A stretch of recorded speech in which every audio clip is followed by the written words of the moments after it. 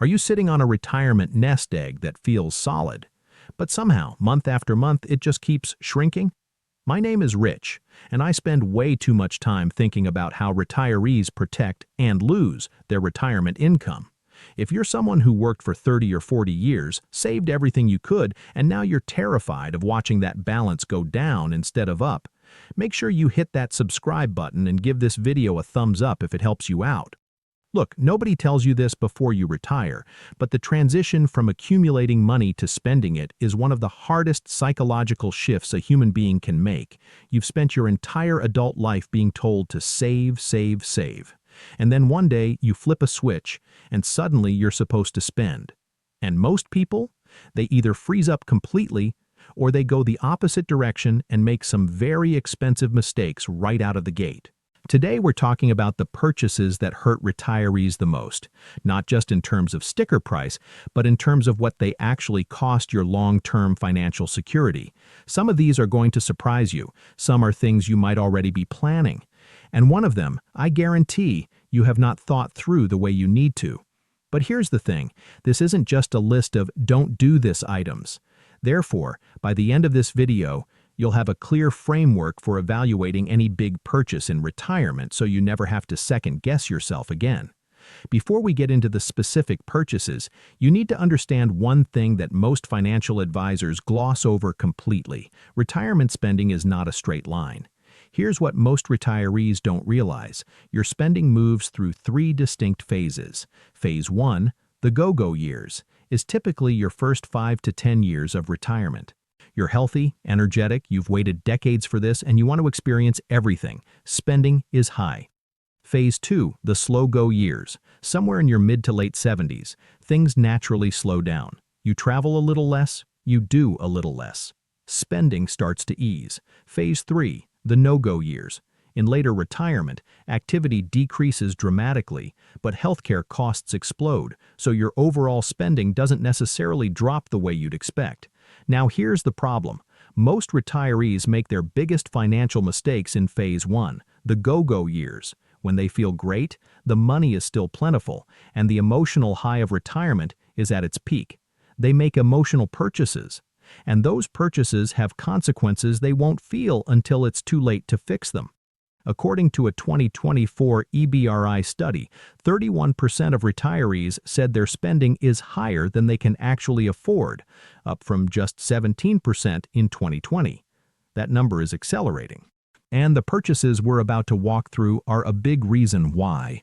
Number 1, the dream vacation spending spree. You've been staring at that list of dream destinations for 30 years, the Amalfi Coast, Alaska, a river cruise through Europe, and now you finally have the time. So you do what feels completely logical. You go big. First year of retirement, multiple trips. Business class, the best resorts. But here's what nobody tells you about that first-year spending spree. When you're still working, money is a flow. You spend some, more comes in. In retirement, your portfolio is a pond. Every big withdrawal is a stone thrown in. And here's what makes that terrifying in a way most people don't fully grasp. The order in which you take those withdrawals matters enormously. This is called sequence of returns risk. Here's a simple example. Let's say you have a $1,000 portfolio. You plan to withdraw $50,000 a year. If the market drops 25% in year 1, right when you're also pulling out money for those trips, you've now lost far more ground than you realize. Because you're selling shares at a depressed price to fund your lifestyle, you have fewer shares to recover when the market bounces back. Now follow me here. This isn't an argument against vacations. It's an argument against front-loading all your big spending into the earliest, most vulnerable years of your retirement income. The smarter move is to stagger your big trips, one major international trip every other year, with smaller domestic travel in between. This isn't deprivation, this is strategy. Therefore, your portfolio gets breathing room to recover in the years you're not hammering it with large withdrawals. Number 2, the vacation home. The dream that becomes a job. This is the one I hear about constantly. Retirees who finally buy that second home, the lake house, the beach cottage, the mountain cabin, and within 2 years, they're miserable. Now you might be thinking, Rich, I can afford it. I've got $1.2 million saved and the house is $350,000. That's less than a third of my portfolio. I can handle it. But here's what that math doesn't account for. When you pull $350,000 out of a portfolio earning a conservative 6% annually, you're not just spending $350,000, you're foregoing the future growth of that money. Over 20 years at 6%, that $350,000 would have grown to over $1.1 million. Therefore, that dream home doesn't cost $350,000, it costs over $1 million in opportunity cost. On top of that, the ongoing costs are brutal and frequently underestimated.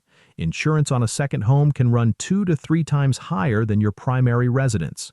Add property taxes, maintenance, furnishing, utilities, and someone to manage it when you're away. You're looking at $15,000 to $30,000 per year in carrying costs on top of the purchase price, and a second home becomes a second job. You've got to worry about it, manage it, deal with the contractor, deal with the plumbing issue that happens at 2 a.m. on a holiday weekend when you're 3 states away. The smarter move is to rent the vacation home for the first 2 years of retirement. Rent the same house in the same location multiple times. See if the magic holds. If it does, then consider buying. Most retirees who do this discover they prefer the flexibility of not owning. Number 3, the boat, the RV, and the luxury vehicle. There is a saying in the boating world that every financial advisor knows. The 2 best days in a boat owner's life are the day they buy it and the day they sell it. A mid-size boat runs $30,000 to $100,000 to purchase, but the annual costs, dock fees, insurance, storage, maintenance, fuel, registration, put you at 10% to 15% of the purchase price every single year. On a $75,000 boat, that's $7,500 to $11,000 per year to own something that gets used 15 to 20 days a year on average. Same story with RVs. A quality Class A motorhome runs $100,000 to $300,000, and maintenance, insurance, campground fees, and fuel easily add $10,000 to $20,000 annually just to own it. And according to AARP, many retirees use their RV heavily for the first year or 2, but then usage drops dramatically as the novelty wears off or health makes extended travel more difficult.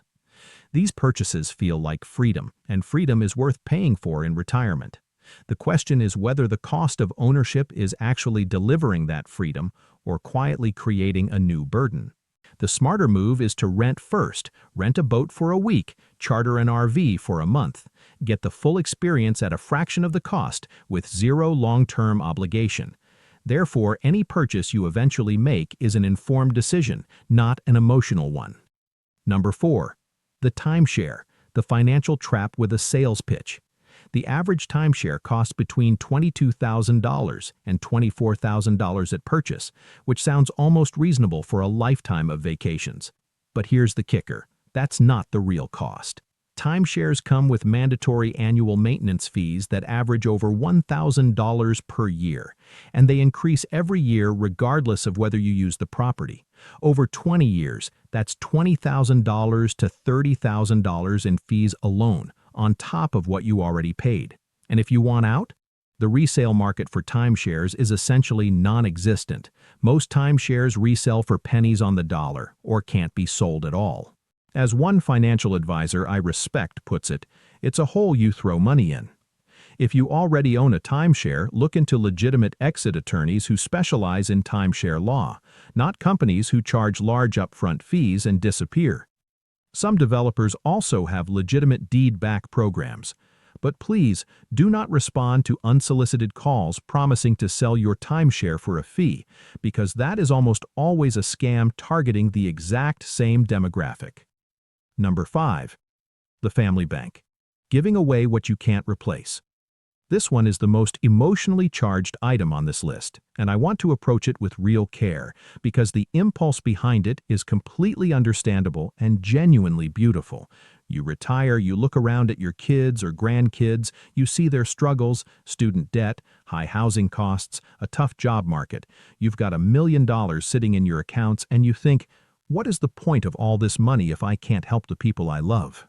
But here's what most retirees don't realize about generous family giving in early retirement. When you give a large sum to a child, let's say $50,000 for a down payment on a house, you are not just giving $50,000. You're giving up the future value of that money, and more importantly, you're reducing your own financial cushion for health care, long-term care, and the unexpected costs of later life that you cannot predict and cannot control. Here's a real-world scenario. A couple retires at 65 with $900,000.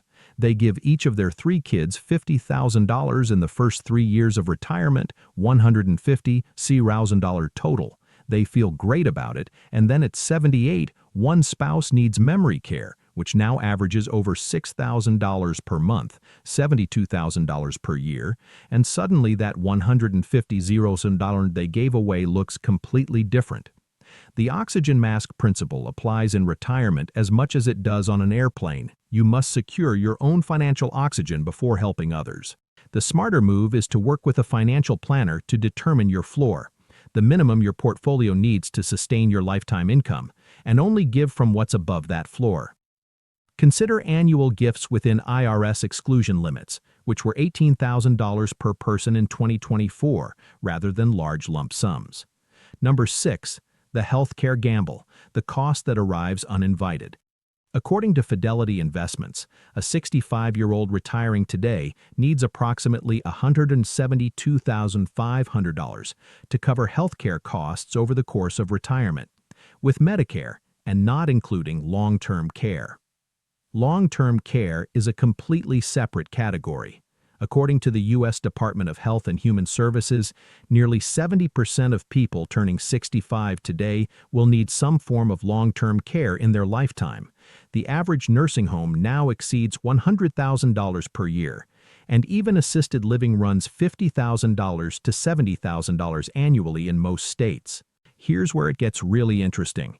Many retirees see these numbers and panic, decide they'll never spend anything on themselves, and spend their entire retirement in financial paralysis, refusing to enjoy the money they worked decades to save. That's not a solution either. The goal is calibration, not paralysis. The smarter move is to stress test your retirement plan against a significant long-term care event. Explore long-term care or hybrid life, LTC insurance if you're still insurable at a reasonable premium, and make sure your financial plan has a dedicated healthcare reserve, separate and protected from your lifestyle spending money. Now here's the practical framework I promised you. Before any major purchase in retirement, anything over $10,000, run it through 3 questions. Question 1. What is the total cost of ownership? Not the sticker price, the full 5-year cost including maintenance, insurance, carrying costs, and the opportunity cost of the capital you're deploying. Write it down. It will be higher than you expect. Question 2. What phase of retirement am I in? If you're in your early go-go years, be especially cautious about large irreversible purchases because your portfolio is most vulnerable to sequence of returns risk right now, and big mistakes made in year 1 compound in ways that big mistakes made in year 12 simply don't. Question 3. Does this purchase replace something I need or add something whose appeal will expire? A vacation you take at 68 you may not be able to take at 78, but a boat you buy at 65 that costs you $10,000 a year for 15 years before you sell it for 20 cents on the dollar is an experience you could have had for a fraction of the cost without the obligation. Run every major purchase through those 3 questions before you sign anything. Look, retirement is your time. You earned this. Every dollar in that account represents years of your life, choices you made, sacrifices you and your family made together. You deserve to enjoy it. But the retirees who actually live that life, the ones who travel without anxiety, spend on their families without guilt, and sleep at night knowing they're financially secure, they're not the ones who spent the most. They're the ones who spent the smartest. Here's your action step this week. Think of any major purchase you've been considering and run it through the 3-question framework. Write down the real 5-year cost, not the sticker price, the real cost. I think you'll be surprised what you discover. If this video helped you, hit that thumbs up and make sure you're subscribed.